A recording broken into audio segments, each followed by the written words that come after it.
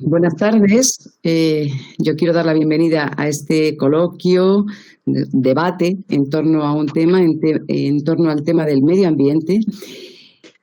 Un tema que hemos abordado en la revista del Colegio de Economistas de Madrid en el balance anual que se ha hecho en el año 2019 y en el que han participado tres mujeres. Hoy es el Día de las Mujeres.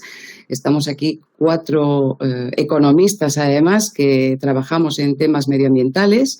Y detrás de la cámara también yo quiero agradecer a Rosa y a Rosana, que también son 2 mujeres que van a hacer que todo esto pues salga adelante. Voy a presentar a todas porque yo creo que este debate que va en torno al medio ambiente y se centra en la Comisión de Medio Ambiente del Colegio de Economistas de Madrid, bueno, pues a mí ya me conocéis, soy la vicedecana del colegio, que coordino esa Comisión de Medio Ambiente, y yo quiero presentar fundamentalmente a las 3 ponentes que tenemos esta tarde. Y de verdad que estoy sinceramente agradecida porque hayan aceptado esta invitación y podamos compartir esta hora, que va a ser una hora de debate. Primero voy a presentar a Asunción Martínez García y voy a presentarlas por orden de alfabético y de nombre, en este caso. Asunción, que es licenciada en Ciencias Económicas y Empresariales por la Universidad de Alicante, que ha recibido cursos de distinta consideración, que desde 1987 trabaja para el grupo Aguas de Barcelona y ha ocupado diversas responsabilidades, tanto en el ámbito financiero como en el de negocio, y en la actualidad es directora general de Relaciones Institucionales de Suez España. También es miembro del comité de dirección del grupo ABAR y presidenta de la sociedad Aquambiente, siendo patrona de la Fundación Aquae. Entre otras cosas, también es consejera de distintas sociedades del grupo. Toda una vida, en el fondo, toda una vida profesional dedicada al agua. Por otro lado, tenemos a Clara Isabel González Martínez, que es doctora en Economía por la Universidad Complutense de Madrid, que es economista senior en el Banco de España desde 2012 y actuario de seguros, que también trabajó anteriormente en la Oficina Económica del Presidente del Gobierno en la Fundación de Estudios de Economía Aplicada, en FEDEA, y en el Servicio de Estudios del Banco de España, y que entre las áreas de trabajo e investigación dentro del sistema financiero se encuentra el análisis de las implicaciones del cambio climático para el sistema financiero, el análisis macroprudencial, envejecimiento y sostenibilidad de las pensiones de la seguridad social. Bueno, tenemos esta segunda parte que está dedicada al sistema financiero y al cambio climático, puesto que Clara también ha participado en encuentros, conferencias y tiene publicaciones sobre las iniciativas institucionales para hacer frente al cambio climático. Y por último, y a la derecha está Rocío Frutos, que actualmente es subdirectora general de Programación y Evaluación de la Dirección General de Fondos Europeos del Ministerio de Hacienda. Pero hasta marzo, y por eso anteriormente pues contamos con ella en la parte de comercio, ¿no? Intervención del comercio y medio ambiente, hasta marzo ha sido subdirectora general de Política Comercial de la Unión Europea en la Secretaría de Estado de Comercio, donde entonces ha coordinado la posición de España en las distintas negociaciones comerciales. También ha trabajado como jefe de gabinete del director general de Análisis Macroeconómico en la Dirección General de Análisis Macroeconómico y Economía Internacional, ahora esto lo tengo que leer, y Economía Internacional del Ministerio de Economía.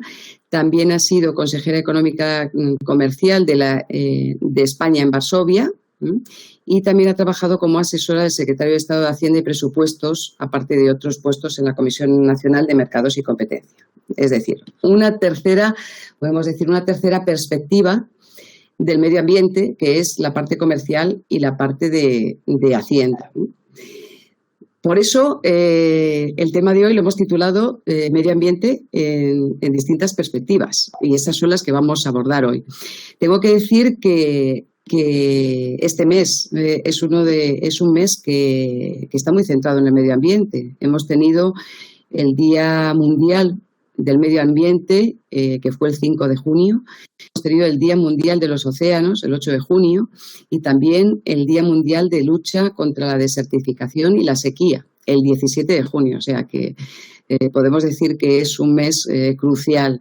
Y bueno, pues hablando de la desertificación y la sequía, o por lo menos hablando del agua, pues yo le quiero dar la palabra en primer lugar a Asunción Martínez para que nos describas, pues en esta primera parte que vamos a hacer, una descripción, primero cada una de las distintas perspectivas del medio ambiente que hoy confluye.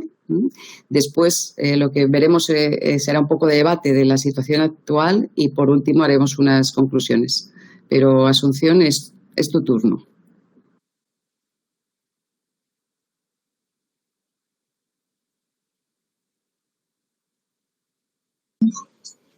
Amelia, tiene el micrófono quitado. Asunción, el micrófono lo tienes ahora. En las webinars siempre se queda. Perdón.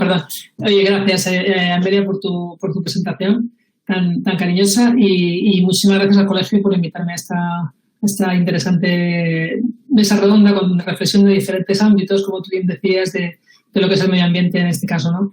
Tú también comentabas que llevo toda la vida dedicada al agua y al medio ambiente, es verdad, estoy en diferentes responsabilidades dentro del Grupo Aguas de Barcelona, Grupo Suez ahora, y trabajamos siempre en términos de qué podemos hacer por mejorar esta situación de cambio climático. Estamos viendo que sabemos todos que el cambio climático y la escasez de agua son los dos retos que como sociedad mundial tenemos en estos momentos, siendo incluso España es el país más vulnerable al cambio climático establecido por Naciones Unidas y por todos los estamentos, en Europa por supuesto. Y en el mundo estamos en el país en el puesto 28 en vulnerabilidad de reacción al cambio climático. Yo creo que desde la revolución industrial y la emisión de gases con efecto invernadero está conducido a una serie de modificación del clima que todos lo vemos.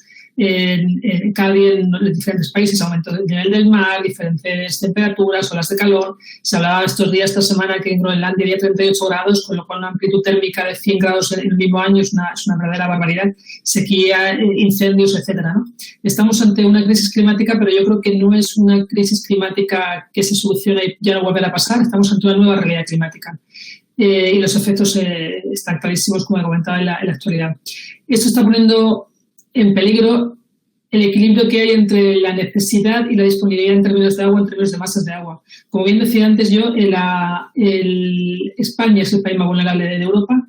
Tiene el nivel de estrés hídrico que se llama más alto, en el sentido de que medido como total de agua que extraemos para consumos frente a los recursos disponibles, y donde estamos padeciendo, como sabemos todos, por lo que decía, sequías, inundaciones, etcétera. Hay que tener en cuenta un tema, es los usos del agua que se da en el país. El 80% del agua que se extrae está dedicada a la agricultura, aproximadamente el 16% para el consumo doméstico y un 4% para el industrial, con lo cual la gran parte del agua se la lleva la agricultura en este sentido, ¿no? La ONU, ante la crisis climática, ante toda la crisis en general, ya no solamente climática, y los retos que hay como sociedad, la ONU ya en 2015 estableció lo que se llama la Agenda 2030, que todos conocemos. La Agenda 2030 está formada por 17 objetivos de desarrollo sostenible, en los cuales, como sabéis, el cambio climático está en varios de ellos.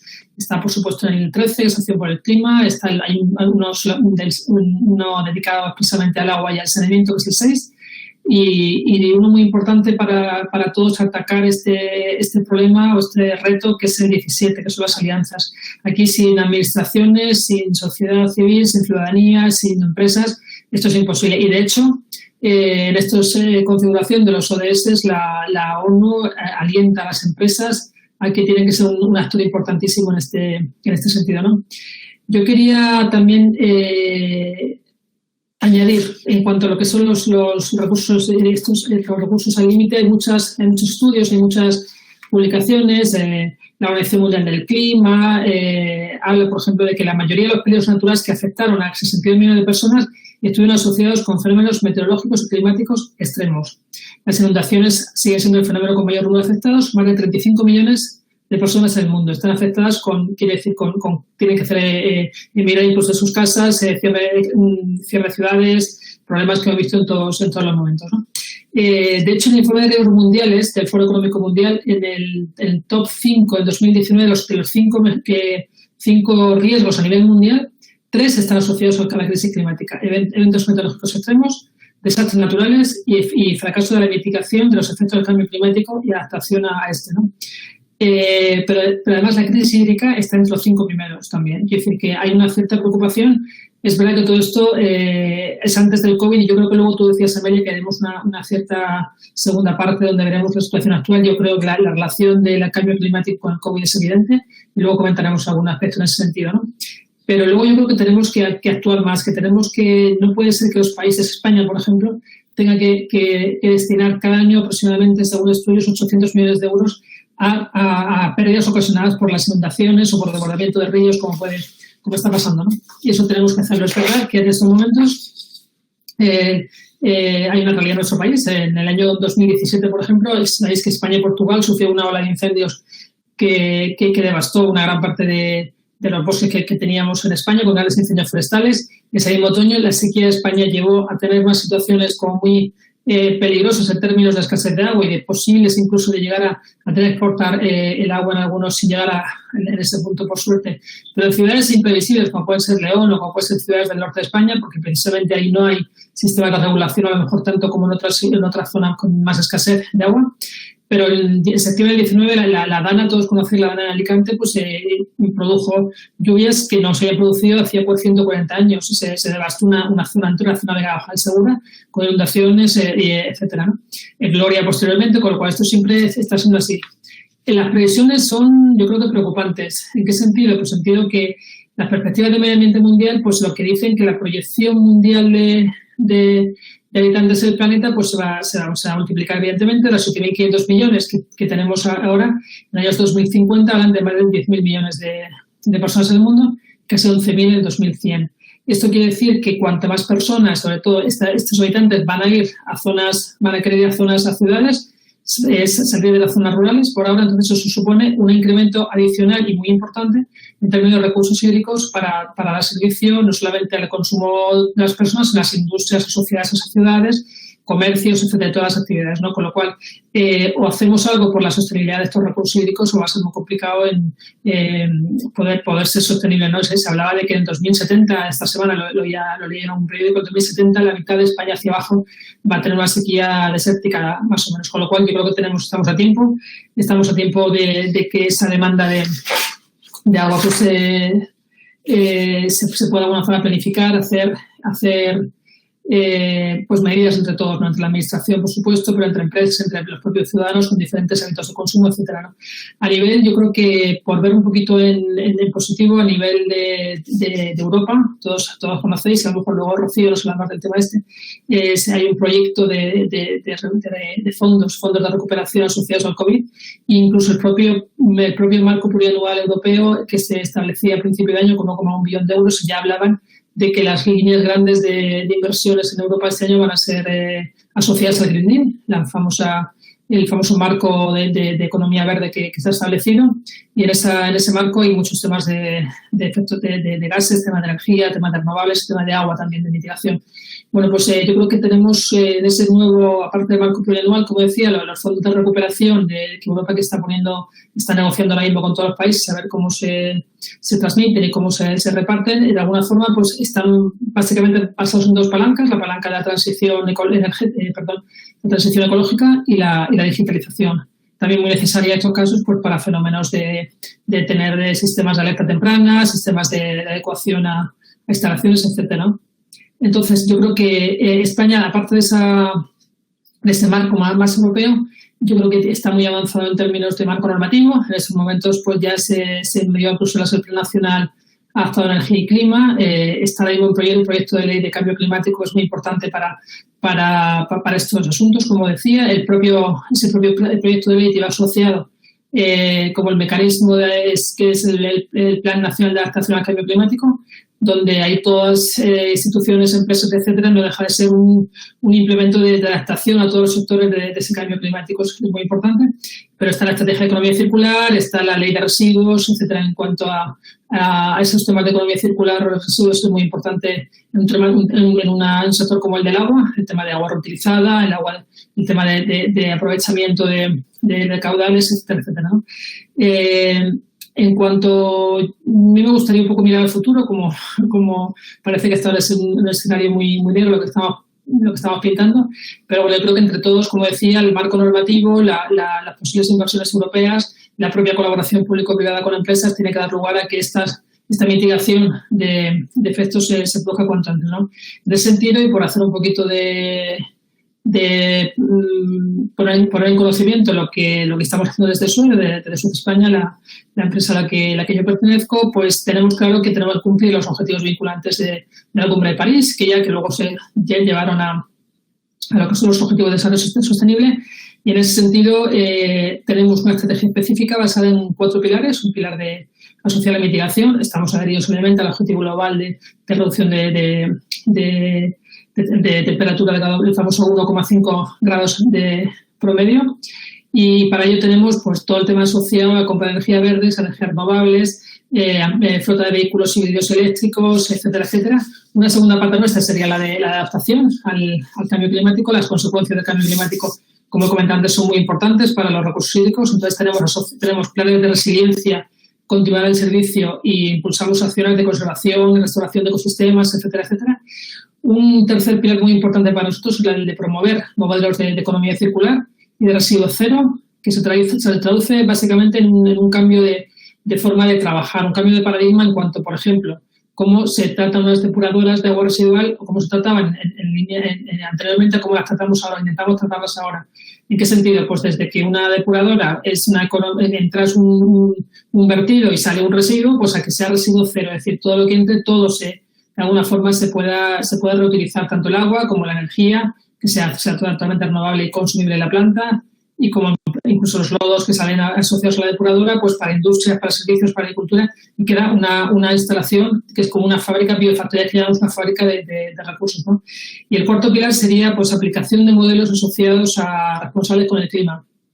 Quiere decir, toda aquella construcción de infraestructuras verdes, de infraestructuras que eviten inundaciones, de tecnologías smart para las ciudades, las que estamos implantados, etcétera, etcétera. Yo creo, y termino con esto, que tener una visión global del agua, del impacto que puede pasar, nos hace que podamos poner a disposición del asociado colaborar con esta colaboración público-privada con la administración. Nuestros clientes al final son ayuntamientos, son administraciones, son confederaciones. Lo que tenemos que luchar pues, para que este reto que yo decía a nivel social que tenemos todos, pues podamos apoyar un poquito. No sé si ha pasado el tiempo, Emilia, o no. Gracias, Cara, que sí, ¿no? Muchas gracias, Asunción. Pues no, es que yo sé que es un tema complejo, yo sé que tienes muchísimas cosas que decir como todo y te agradezco porque has hecho esa descripción de lo que es el agua y el medio ambiente y dónde estamos y dónde está, bueno, pues cuál es tu visión del entorno en el que nos encontramos. Yo creo que es muy amplio y a ver si tenemos tiempo un poco de debatir después. Y vamos, para seguir con el marco y distinta perspectiva, vamos a dar paso ahora, gracias a Clara Isabel González Martínez, que nos va a dar la perspectiva del sistema financiero y medio ambiente. Sí, muchas gracias, Amelia. Muchas gracias por la presentación y por la invitación a participar en este debate. Y sí, como decías, yo me voy a centrar en la parte del sistema financiero y cuál es su papel y cómo también está afrontando estos riesgos. Como has mencionado, trabajo en el Banco de España. Voy a hacer el paréntesis de, por supuesto, todas las opiniones expresadas pues son únicamente mías. Y allí, en el Banco de España, ahora mismo llevo 2 años trabajando en estos temas. Puedo decir que poco a poco ha ido creciendo el número de grupos de trabajo internacionales, también en el ámbito nacional se está trabajando cada vez más en la parte que tiene que ver más con el sistema financiero, ¿no? Y el sistema financiero tiene un papel muy, muy importante. Creo que todos y vosotras también estaréis de acuerdo conmigo en que, por ejemplo, la COP25, la cumbre de cambio climático, fue muy relevante en varios aspectos. Poner encima de la mesa las implicaciones que tiene el cambio climático desde muchas perspectivas, pero una es la del sistema financiero. Y bueno, pues el sistema financiero tiene un papel, y yo diría que el número de iniciativas, tanto privadas como públicas, como institucionales, ha crecido en los últimos años de forma considerable. En el año 2019, que era lo que recogía en el artículo del anuario, especialmente, pero bueno, desde el Acuerdo de París, que se firmó en 2015 y que ese año también se firmaron los Objetivos de Desarrollo Sostenible. En particular, en el Acuerdo de París, todos sabemos uno de los principales objetivos, ¿no? Nos viene a la mente. ¿Cuál? El primero, evitar que aumente la temperatura en más de 2 grados centígrados respecto a la época preindustrial. Vale, pero hay más objetivos, y uno de ellos, el tercero, es precisamente pues movilizar los recursos necesarios para hacer frente a este cambio climático. Y en ese sentido, bueno, pues tanto el sector privado como el público, como mencionaba, están incorporando en sus análisis qué implicaciones tiene el cambio climático. Por el lado de los bancos, y me voy a centrar en bancos, pero bueno, esto también hay ciertos compromisos y cierto análisis por parte de gestores de carteras y de aseguradoras, pero en el caso de los bancos, por un lado están las oportunidades que supone ser un canalizador de recursos y que, bueno, pues puede generar nuevos productos, préstamos, lo que se llaman préstamos verdes, la emisión de nuevos instrumentos financieros como los bonos verdes, que también ha crecido en los últimos años, pero también se enfrentan a riesgos. Cuando hablamos de riesgos asociados a cambio climático, pues siempre hablamos de 2 categorías. Por un lado, los riesgos físicos, y por otro lado, los riesgos de transición. Llamamos riesgos físicos a aquellos que se manifiestan por ejemplo, el aumento en la frecuencia y la intensidad de eventos climáticos. Si aumentan las lluvias torrenciales, pues esto puede afectar a un negocio, y este negocio puede tener un préstamo, un crédito con un banco, y por lo tanto el banco tiene que tenerlo en cuenta. O afecta a una propiedad que está respaldando una hipoteca, pues esto también afecta a los riesgos que está asumiendo un banco o una entidad bancaria. Eso serían una categoría de riesgos físicos. Luego también puede ser el aumento de la temperatura, que también lleva a que determinadas regiones, por ejemplo, con actividades más agrícolas, pues puedan verse afectados por ese aumento de la temperatura. Entonces, bueno, esa sería la categoría de riesgos físicos. Luego tenemos los de transición, que vienen determinados por el hecho de movernos hacia una economía de bajo carbono, ¿no? Es decir, qué políticas se pueden poner en marcha para ir hacia esa economía de bajo carbono, que también puede suponer un riesgo. Es decir, hay sectores que, por ejemplo, dejarán de utilizar o se dejará de utilizar combustibles fósiles. Bueno, pues esto también es algo que hay que valorar, la pérdida de valor de determinados activos. También puede haber un cambio en los comportamientos del consumidor, o cambios en la tecnología, que también hace que se traduzcan en determinados riesgos. Entonces, bueno, pues el sector financiero tiene que evaluar esos riesgos.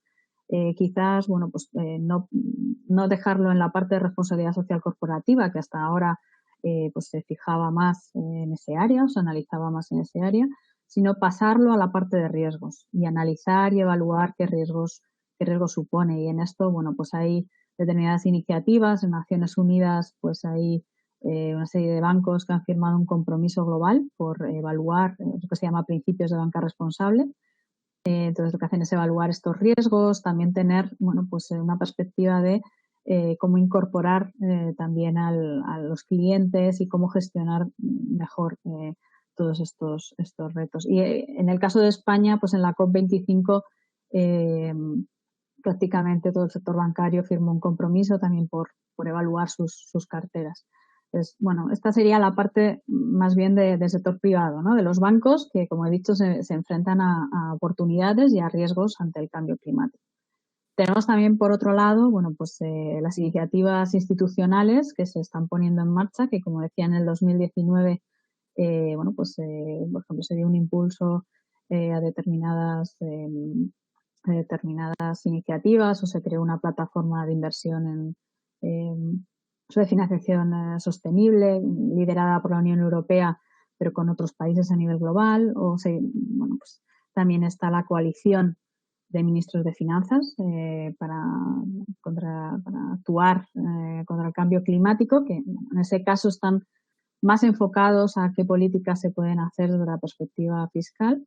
Pero luego también tenemos la Comisión Europea. La Comisión Europea a finales de 2019 anunció el Pacto Verde Europeo, que era una continuación en realidad de los trabajos que ya lleva haciendo. La Comisión Europea está trabajando desde 2018 en lo que se llama el Plan de Acción para un Crecimiento Sostenible, y dentro de ese plan de acción se han ido encauzando y enmarcando determinadas acciones, como por ejemplo diseñar una taxonomía de actividades sostenibles y otra serie de actividades muy concretas en lo que son los temas financieros.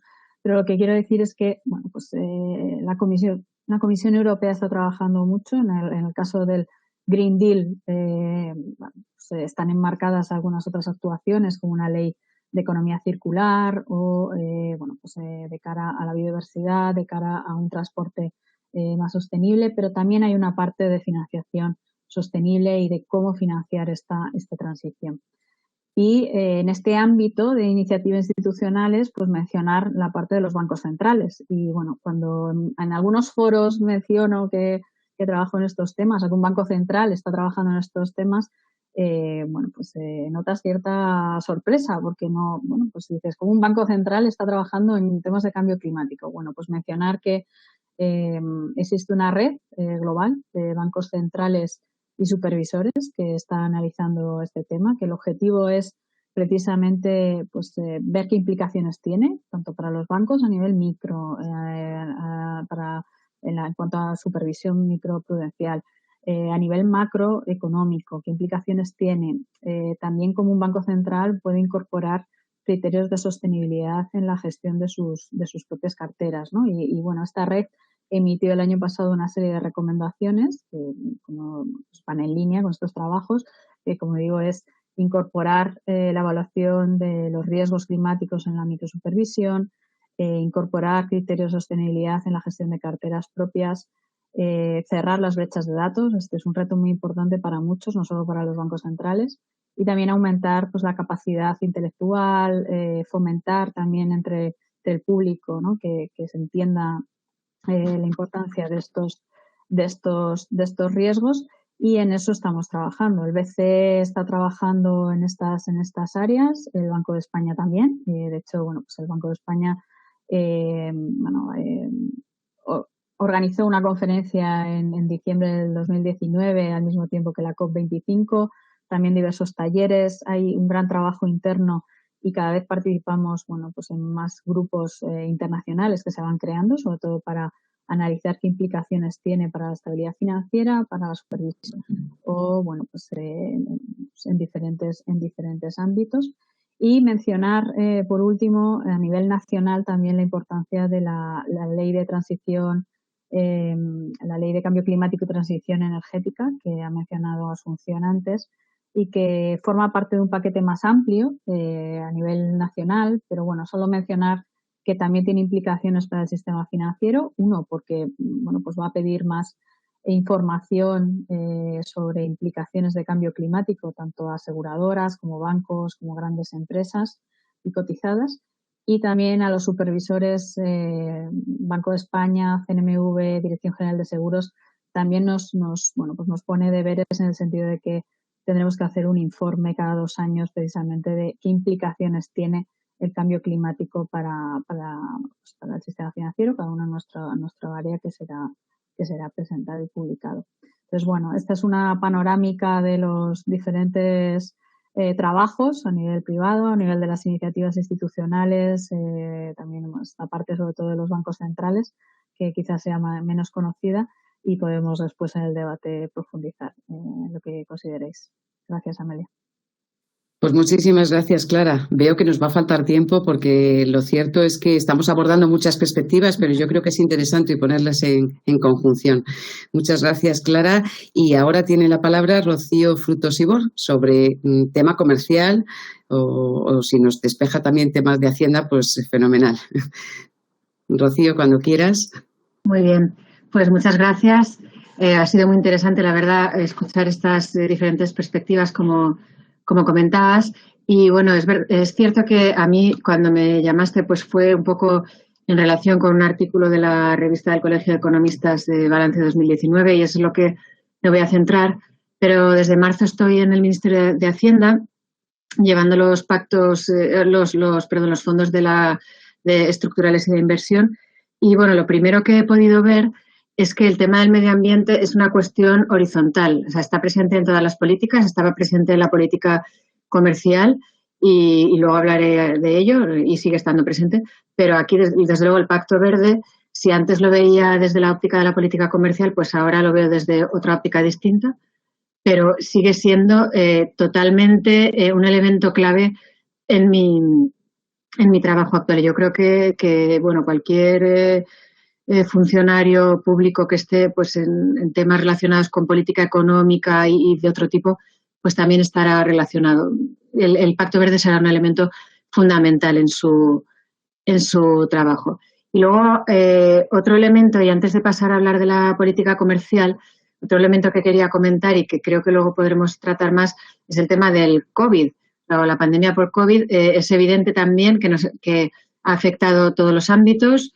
Yo, desde luego, en el ámbito de fondos estructurales es importantísimo, pero bueno, hablaba con mis colegas de política comercial antes de hablar hoy para saber contrastar que estaba actualizado lo que iba a comentar y ellos me comentaban que también en el ámbito del comercio el COVID es algo importantísimo y es que yo creo que podemos hablar de un cambio de paradigma que quizá lo dejamos para más adelante para las intervenciones, pero que se da en todos los ámbitos. Entonces, voy a hacer una breve referencia a mi trabajo actual y cómo vemos aquí la sostenibilidad y luego ya pasaré a hablar un poco de política comercial. Entonces, en el área de fondos europeos, es claro que el plan de recuperación para Europa, ligado a la crisis por el coronavirus, que está actualmente en negociación, tiene como uno de sus objetivos acelerar la doble transición digital y ecológica, de acuerdo con el Pacto Verde Europeo. Es decir, ante esta crisis podríamos haber optado por decir, bueno, vamos a salir a recuperar la economía y luego ya nos acordaremos del tema medioambiental, pero es al revés. Lo que se ha hecho es incorporar la dimensión medioambiental en el seno mismo del diseño de la recuperación. Con lo cual, yo creo que esto es una noticia muy importante porque, desde luego, la economía debe ser sostenible, debe ser verde y debe ser digital, que también es la otra pata, digamos, pero también ecológica. Y luego, por último, y antes de hablar de política comercial, como una consideración breve, quería decir que el tema del respeto a la política medioambiental o a la dimensión medioambiental en la política económica, en la política fiscal y en la política comercial, creo que no es solo una cuestión ética o una cuestión ecológica, sino que es una cuestión también económica, una cuestión de level playing field, de que todos tengamos las mismas normas a la hora de competir y evitar ventajas competitivas injustas o desleales derivadas de la ausencia del respeto de los estándares medioambientales. Y esto, desde luego, es muy importante en el ámbito del comercio y con esto paso ya a hablar de ese tema. Como he señalado anteriormente, en lo que voy a comentar de comercio muy brevemente, porque no tenemos mucho tiempo y hay que dejar paso a un coloquio después, pero sí que voy a centrarme en este artículo de la revista Economistas de Balance de 2019 que escribí junto con Ana Sobrino y Jorge Zapico y en el que, entonces estaba como subdirectora de política comercial. En este momento, pues todas las opiniones que expresen son mías, lo cual, pues también me da una mayor libertad, pero voy a ir en línea con el artículo que dijimos en aquel momento. Y es que, el tema del medio ambiente, como decía, es vital y cómo podemos, en el Pacto Verde Europeo, no lo voy a repetir, pero sí que ese objetivo de una Europa neutral al clima en el año 2050 es clave en el tema de la política comercial. España es uno de los principales impulsores en política comercial, es decir, en acuerdos comerciales de la Unión Europea con organismos multilaterales o con otros países. España ha sido uno de los principales impulsores, como digo, de que se incluyan textos ambiciosos en materia de comercio y desarrollo sostenible, y esto ha sido así tanto a nivel multilateral como a nivel bilateral, es decir, como a nivel de la Unión Europea con otros países. Entonces, voy a referirme muy brevemente primero al nivel multilateral y después a los acuerdos de la Unión Europea con terceros países. Entonces, a nivel multilateral, los avances es cierto que son limitados. ¿Por qué son limitados?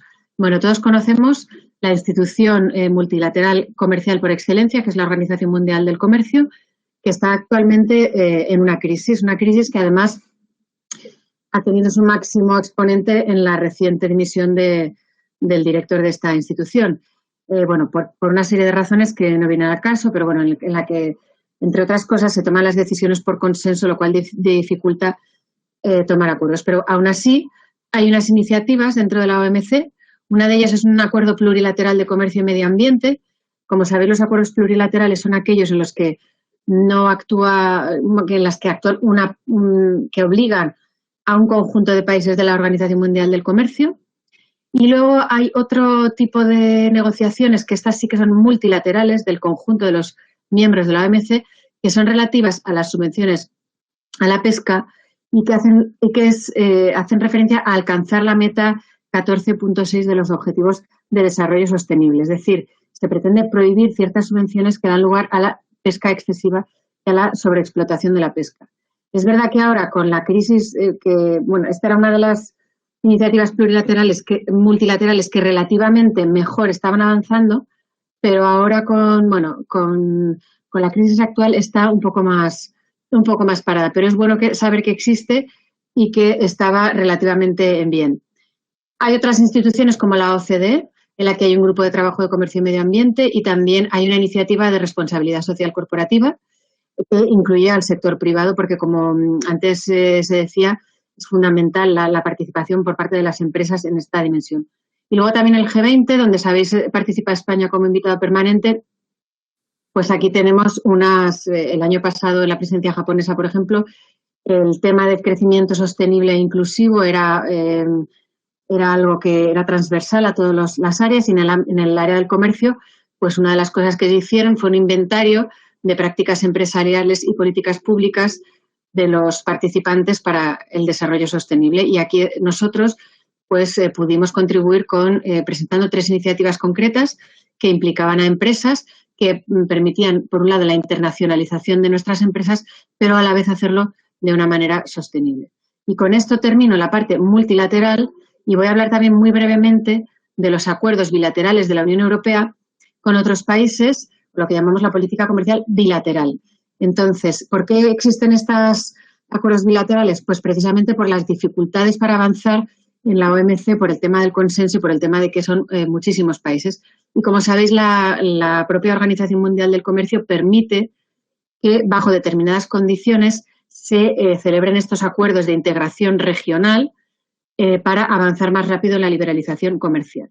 Entonces, aquí, antes los acuerdos de la Unión Europea eran acuerdos básicamente centrados en el tema arancelario, en la rebaja de aranceles, o en el tema cuantitativo, en el tema de restricciones cuantitativas al comercio. Y los acuerdos que ya llamamos de última generación, aunque ya hay unos cuantos, son muchísimo más amplios, no se limitan solo a esto, a reducir aranceles y restricciones cuantitativas, sino que tienen una gran cantidad de elementos en consideración, y entre ellos el tema de comercio y desarrollo sostenible.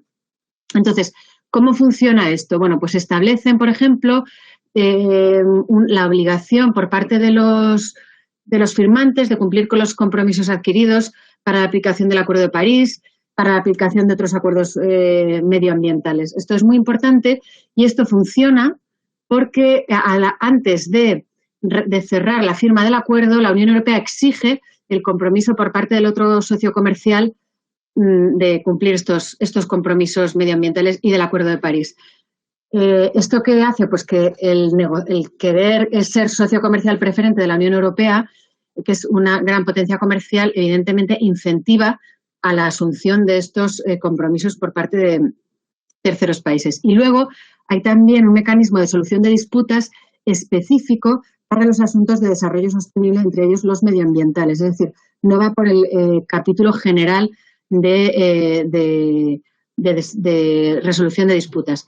Y esto, aunque en este momento no podemos hablar de sanciones propiamente dichas, sí que existe un mecanismo reputacional, un mecanismo en el que se sabe que se va a poner en marcha este panel y que en muchas ocasiones también ha funcionado bien para conseguir respetar esto. Y quería citar el acuerdo con Mercosur, en el que, por ejemplo, se habla de la obligación de lo que decía, de cumplir con el Acuerdo de París, de respetar, de proteger a los pueblos indígenas, de detener la desforestación y la restauración de los bosques. Esto fue muy criticado en prensa este verano, pero es cierto, yo creo que precisamente la situación con este acuerdo será mejor que en ausencia del mismo. Entonces esperemos que ya pronto pueda entrar en vigor. Y voy a terminar ya, diciendo que hay algunas iniciativas unilaterales por parte de la Unión Europea, como el régimen especial de estímulo del derecho sostenible y la gobernanza, o el sistema de preferencias generalizadas plus. También estamos, como sabéis, en el régimen de comercio de derechos de emisión, etcétera. Y luego tan solo voy a citar ya, porque no da más tiempo, pero conocéis que, por ejemplo, se está hablando de un mecanismo de ajuste de carbono en frontera. Esto es curioso porque yo lo veía antes desde el punto de vista de comercio y en cuanto he ido a Hacienda, pues ha sido uno de los primeros temas que he visto también, pero desde el punto de vista, desde otra dimensión, ¿no?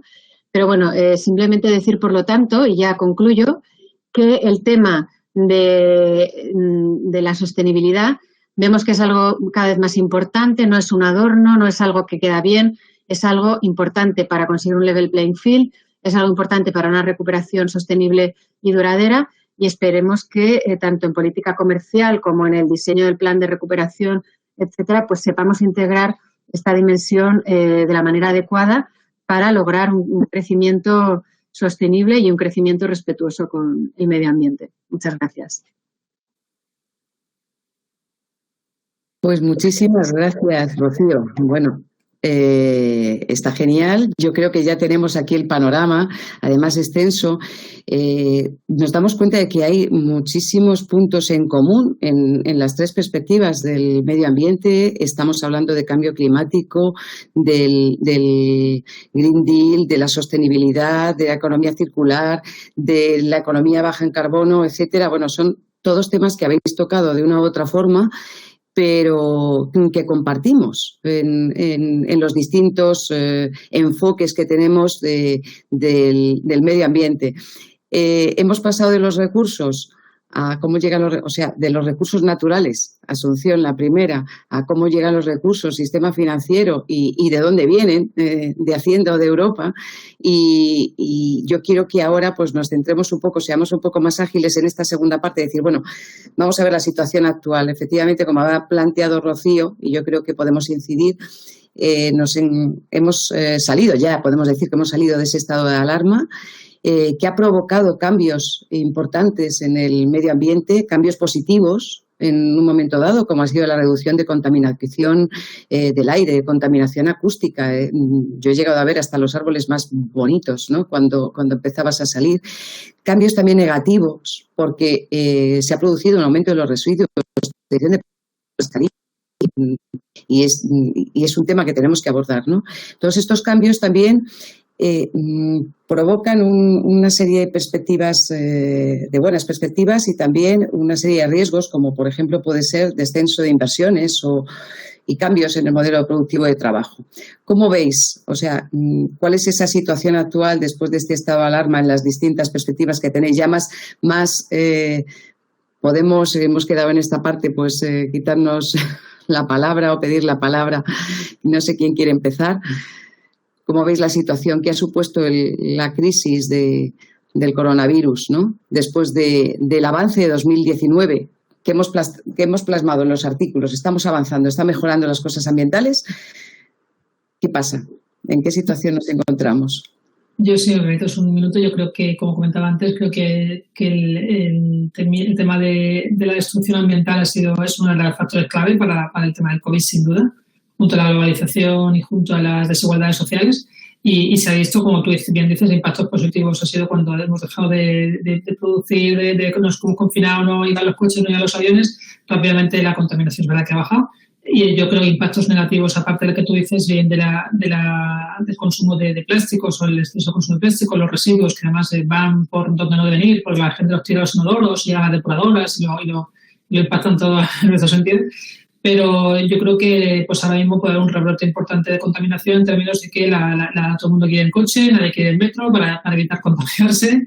La gente, los bajos precios del petróleo ayudan a eso y demás. Entonces, que haya un incremento de emisiones, pues puede haberlo, ¿no? Lo que está clarísimo que tenemos que salvar la salud del planeta si queremos salvar la salud humana. Está totalmente relacionada. O sea, yo lo tengo clarísimo. Que si el planeta no está bien, si los bosques no hacen su función, si los mares no hacen su función, si todo, o sea, la salud humana va a tener problemas con este coronavirus o con otros que puedan venir, ¿no?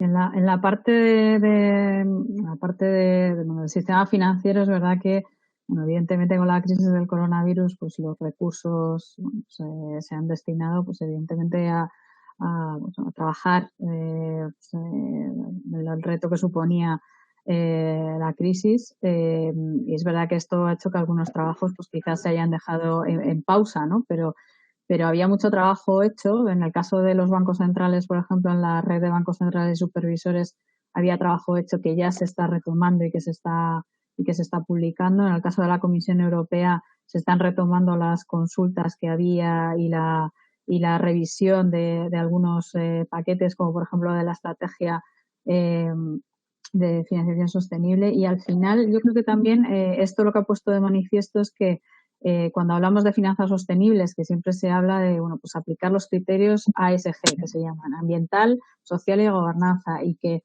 pues el foco estaba en la parte verde, en la parte medioambiental, y por ejemplo, pues cuando mencionaba la taxonomía, que es importante saber definir qué actividades son sostenibles y que la Comisión Europea tiene en mente desarrollar más adelante una taxonomía social. Sin embargo, con el coronavirus lo que hemos visto es que los temas sociales se han puesto también encima de la mesa y que hay que también prestar atención a estas cuestiones sociales, además de las medioambientales. Entonces, ha supuesto una pausa, pero yo creo que ahora mismo se están retomando todas las actividades o todo lo que estaba en marcha, incluso con más fuerza, diría yo.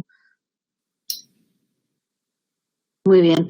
Pues yo lo que quería comentar es que creo que un elemento positivo de la crisis del COVID respecto al medio ambiente es la concienciación social, ¿no? El hecho de que nos hemos dado cuenta, creo que es una percepción de que el otro día decían que en Torrevieja los flamencos han criado, ¿no?, por primera vez en 30 y pico años, y estamos viendo que en unos pocos meses que hemos estado confinados, pues como decíais antes, creo que en Asunción ha mejorado la calidad del aire, hay una mayor biodiversidad, también leí que algunas especies que se consideraban en extinción parece que ahora están un poco mejor. Bueno, esto sería el punto positivo que puedo ver, y creo que esta concienciación social puede impulsar a los políticos a ir más, a ver una mayor demanda de estas políticas y por lo tanto también una mayor oferta. Y desde el punto de vista negativo, la crisis evidentemente va a hacer que para el sector público, que es donde yo trabajo, pues haya unos menores recursos para financiar inversiones de este tipo, ¿no? Entonces, inversiones relacionadas con la lucha contra el cambio climático y con el medio ambiente. Y aquí lo que habrá que hacer es priorizar. Y en este sentido creo que, como decía, en principio parece que se le está dando importancia a este tema, pero al final habrá que ver cómo queda todo, hasta que no esté todo cerrado, tanto en las negociaciones europeas como luego en su traducción en España, pues no podemos decir, pero sí que es verdad que va a ser más complicado el tener menos recursos, por lo menos a corto plazo, presupuestarios, aunque sabéis que hay otros recursos que están viniendo de la Unión Europea que están ahora sin definir, pero que podrían contrarrestar esto.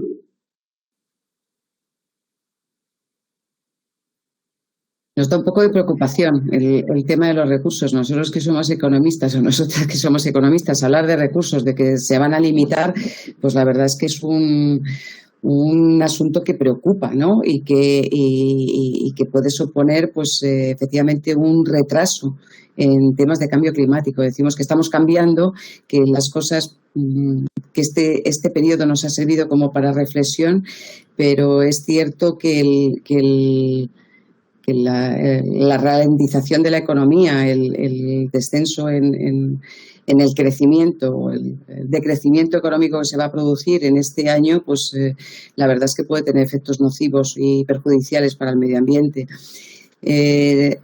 ¿No puedes dar una nota de esperanza, Rocío, algo a decir? Bueno, ya que estás en Hacienda, ¿no? A ver, o sea, también es verdad, y esto es algo evidente, pero la ausencia de el decrecimiento económico también hace que disminuyan las emisiones. Esto es así. La nota positiva pues vendrá desde el punto de vista de Hacienda, y donde estoy yo trabajando ahora, el resultado de las negociaciones en Bruselas. Sabéis que se está negociando un paquete de recuperación y que está muy asociado a las negociaciones del marco financiero plurianual. Y entonces, hasta ahora lo que conocemos es la propuesta de la Comisión, lo que estamos leyendo en prensa, pero sabéis que la negociación todavía no está cerrada.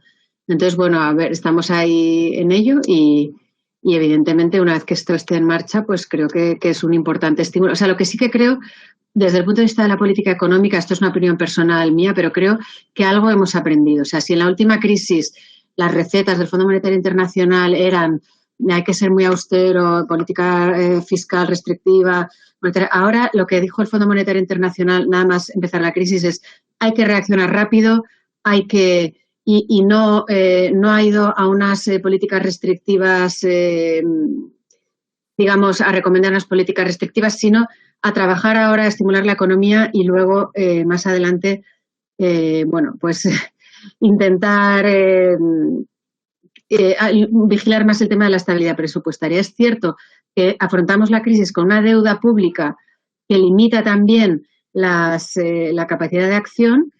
Pero bueno, también, por ejemplo, sabéis que una de las cosas que ha flexibilizado la Unión Europea es el tema de las ayudas públicas. Y entonces, justo que ha relajado las normas también por el tema del COVID. Y bueno, hoy, el otro día leía pues que Alemania, que tiene una capacidad fiscal muchísimo mayor que muchos otros países, ha dado un porcentaje elevadísimo de las ayudas que se han dado bajo este nuevo marco, ¿no? Entonces, todo no es perfecto, porque esto afecta al level playing field, en mi opinión.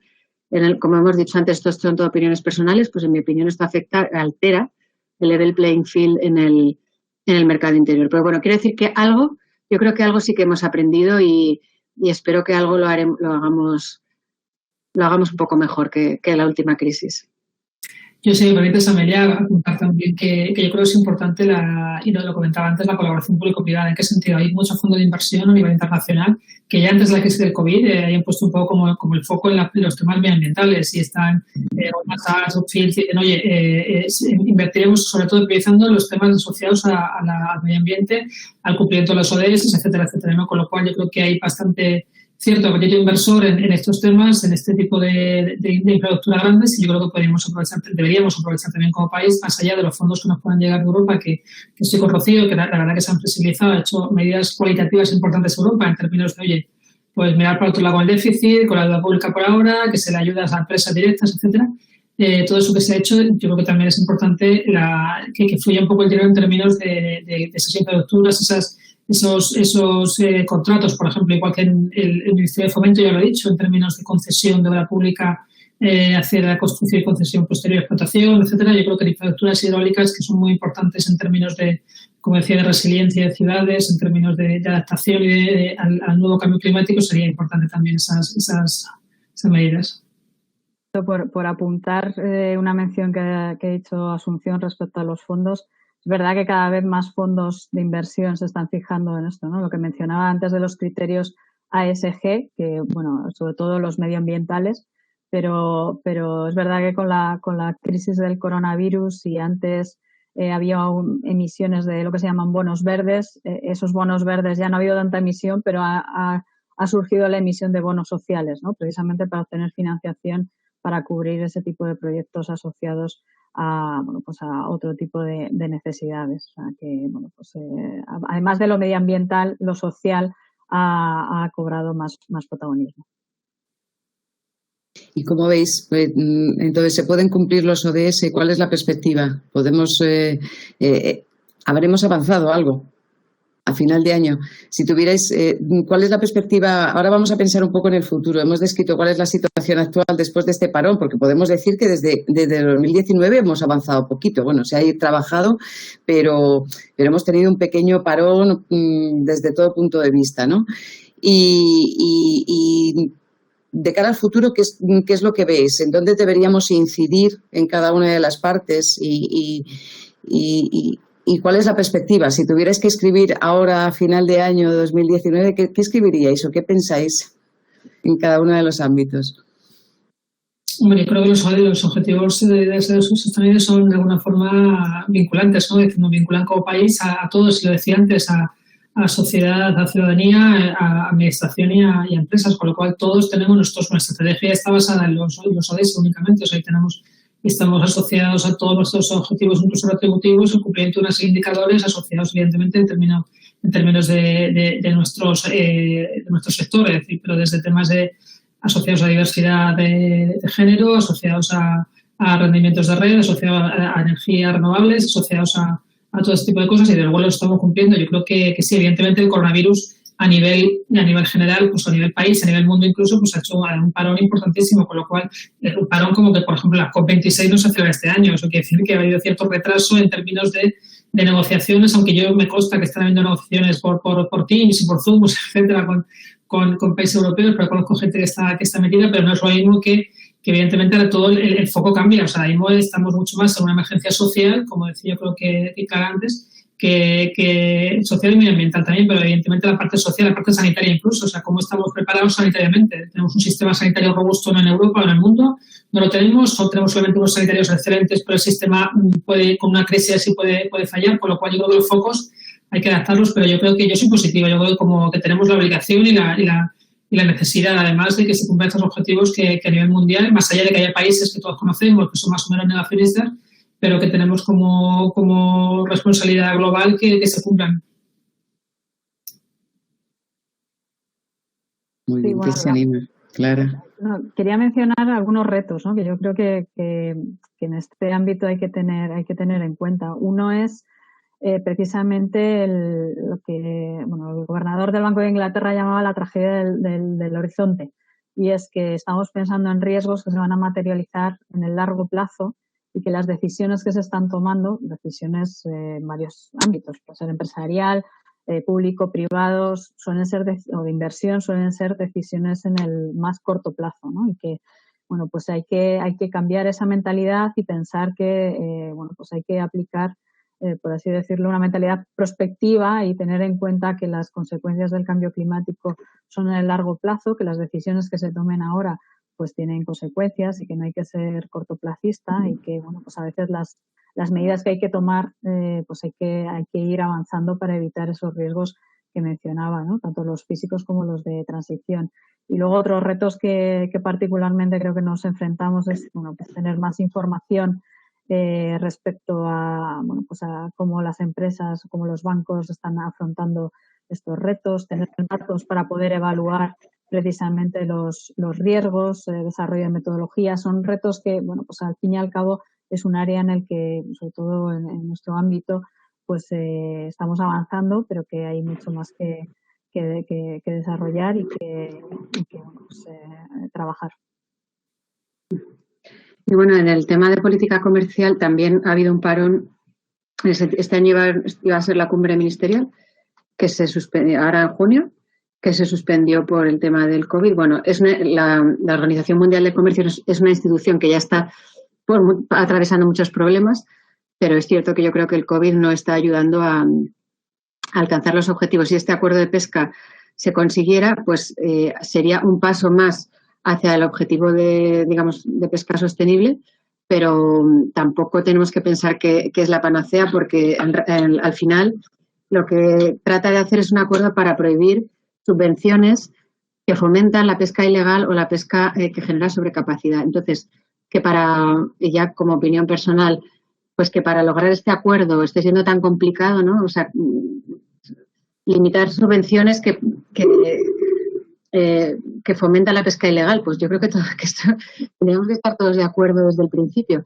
Entonces, bueno, es un poco difícil en este sentido, en el sentido multilateral, pero bueno, en el sentido bilateral sí que ahí creo que la política comercial de la Unión Europea tiene elementos más efectivos. Se ha visto en otros ámbitos como relacionados con desarrollo sostenible, pero no con medio ambiente, sino con el ámbito laboral, en el que algunos procedimientos de solución de diferencias con algunos socios sí que han hecho que estos ratifiquen algunas convenciones fundamentales de la Organización Internacional del Trabajo. Y creo que esto, aunque es otro ámbito, sí que muestra cómo, como decía antes, el que la Unión Europea, el poder tener un socio, un acuerdo con la Unión Europea, con un socio tan importante y un acceso preferencial a su mercado, sí que creo que es un incentivo bueno y que puede contribuir a acercarnos algo a estos objetivos de desarrollo sostenible. Aunque sí que creo que nos tenemos que poner las pilas. Que alguien por ahí decía José Martínez Madrid decía, hay que dar impulso a estos temas y fortalecer la lucha por mejorar el medio ambiente. Y es verdad, yo creo que aunque consigamos temas, pues, o consigamos avances, pues tenemos que concienciarnos todo. Y bueno, como decía antes, esta concienciación quizá el tema de la COVID nos pueda servir.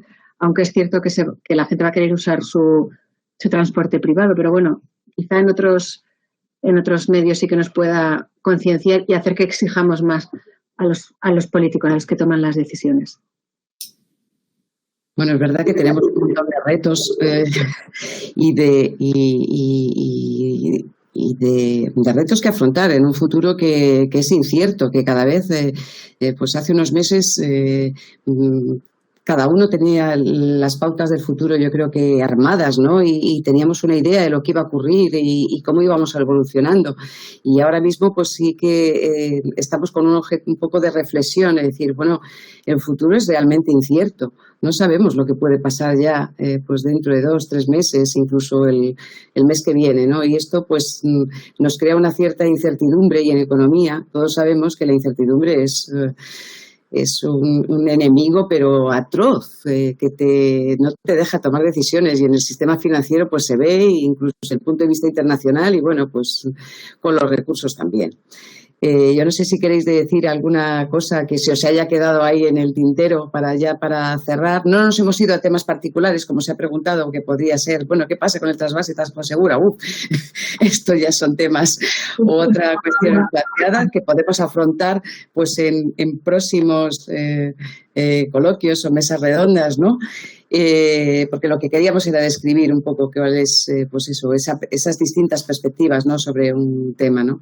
Este análisis multidisciplinar, pero sobre algo transversal que es el medio ambiente.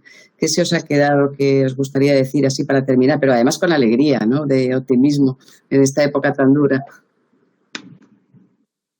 No, para terminar, yo creo que el compromiso sigue estando ahí. Es verdad que el coronavirus ha supuesto una pausa, pero desde luego yo creo que el compromiso para seguir luchando, incorporando estos temas en la agenda, tanto desde el punto de vista privado como público, sigue ahí. Y bueno, lo que hemos destacado de los temas sociales que también se han puesto encima de la mesa.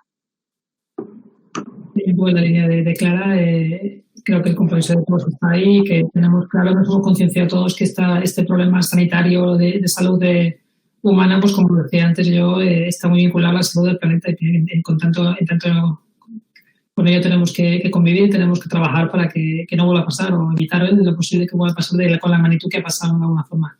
Y además agradecer al Colegio de Economistas esta oportunidad. Sí, yo también querría resaltar, como he dicho antes, que es en política pública es una cuestión horizontal y transversal que está en todos, el compromiso se mantiene, o sea, gracias a Dios no hemos dicho vamos a renunciar a él para salir de la crisis, sino que vamos a salir gracias a él de la crisis.